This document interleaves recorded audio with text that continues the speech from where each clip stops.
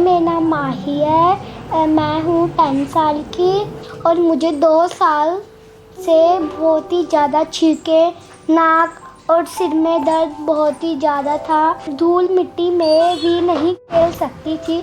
मुझे इतनी ज़्यादा छींके, नाक, आँखों से पानी निकलना, सिर में दर्द होना, इतनी ज़्यादा बीमार थी। Thank you doctor Sharda. अब मैं अच्छी तरीके से ठीक हो गई हूँ। अब मैं धूल मिट्टी में भी खेल सकती हूँ। अब ना मेरी आँखों से पानी आता, ना अब मुझे छींके आती। अब मैं डेली स्कूल जाती हूँ।